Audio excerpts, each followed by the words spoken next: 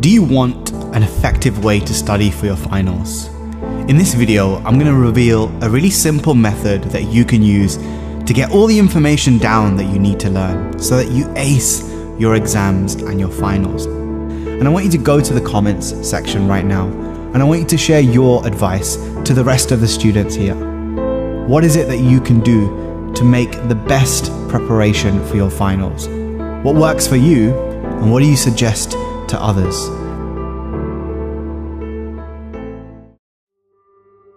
And the first tip is to create or find a quiet, focused space.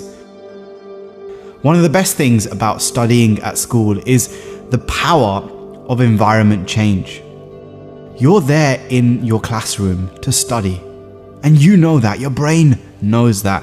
And the truth is, that shift of going from the comfort zone of your home to the nurturing environments of your classroom or your school or your library, it makes you approach your studying differently.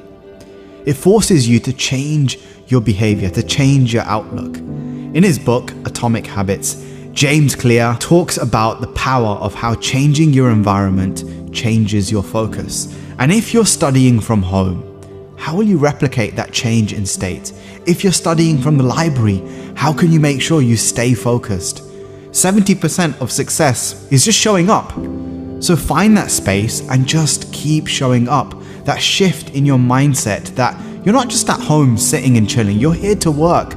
You're here to study. You're here to give this your absolute best focus. Set aside and create your own space to work, even if it's as simple as a specific chair that you're going to sit at a specific time every single day. Find a space and stick to it like glue. Every single day, make that your study zone.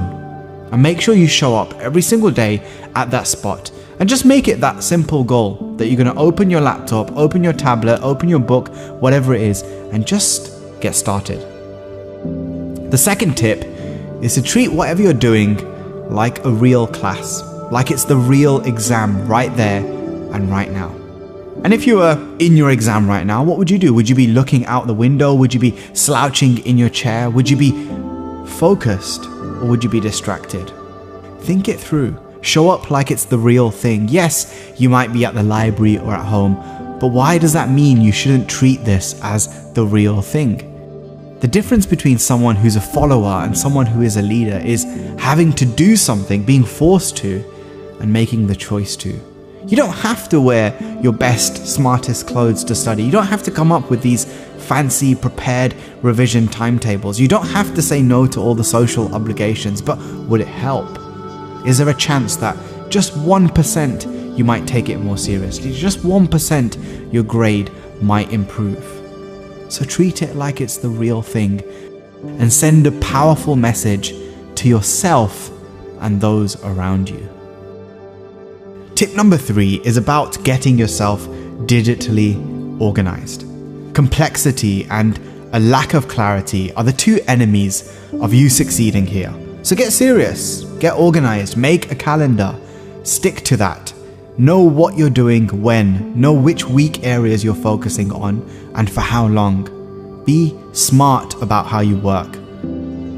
The more uncertain your organization is, the more uncertain your planning is, the more uncertain the outcome is going to be, the more uncertain your life is going to be. So don't leave these things to chance.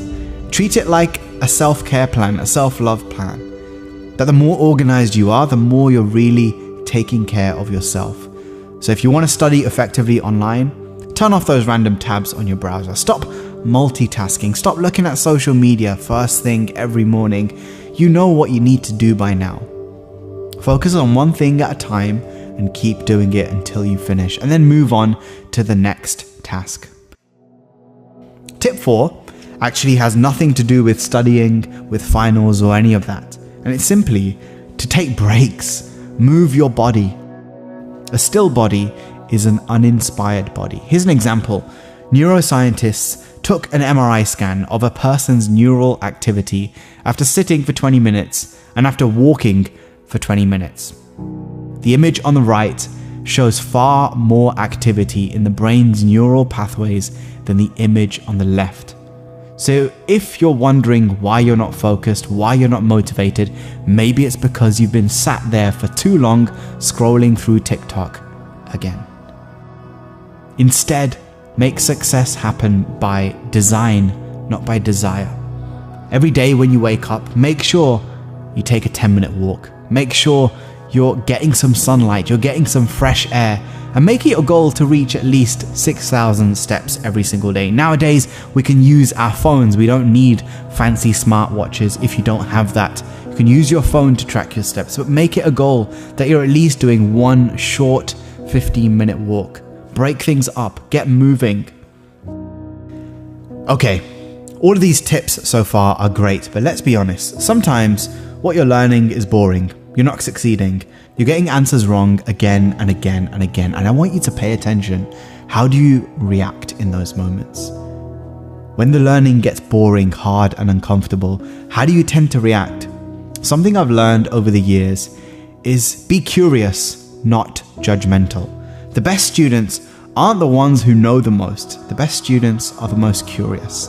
They're asking the right questions. Why did I get this wrong? What was my thinking pattern here? What was my logic? And what do I need to learn? What is the correct thinking pattern or logic? And how can I practice that over and over again? Who can help me with that? And so be mentally engaged. Be curious, not judgmental. Participate, ask questions, especially when things go wrong. And the last tip is to have realistic expectations. I'm no fan of being a victim, of surrendering my power and making excuses, but equally, let's be realistic. We are living in uncertain times right now, and things are different. They keep changing, and that's okay. I want you to just accept that. Things are going to be different to what you're used to. And one of the best things you can do for your mental health and well-being is to practice compassion, to practice stoicism and acceptance, and set some honest expectations for yourself. Don't misunderstand me. I'm not saying give up, don't try and accept mediocrity for the rest of your life. I'm saying be honest about what you think and want to happen. Are you magically going to become a perfect student overnight? Probably not. But can you change by 1% today? Absolutely. Can you take one small step? Absolutely. Make it manageable. Don't be all or nothing. That's the common trap we fall into, that we're going to make all this change right now and it's going to be fine. And then what happens? Your lazy, unmotivated self shows up and you forget the motivation you previously had. And so take one step at a time. Make one significant change and stick to it for a week, for 2 weeks, and then add a new habit and then upgrade the design for your life.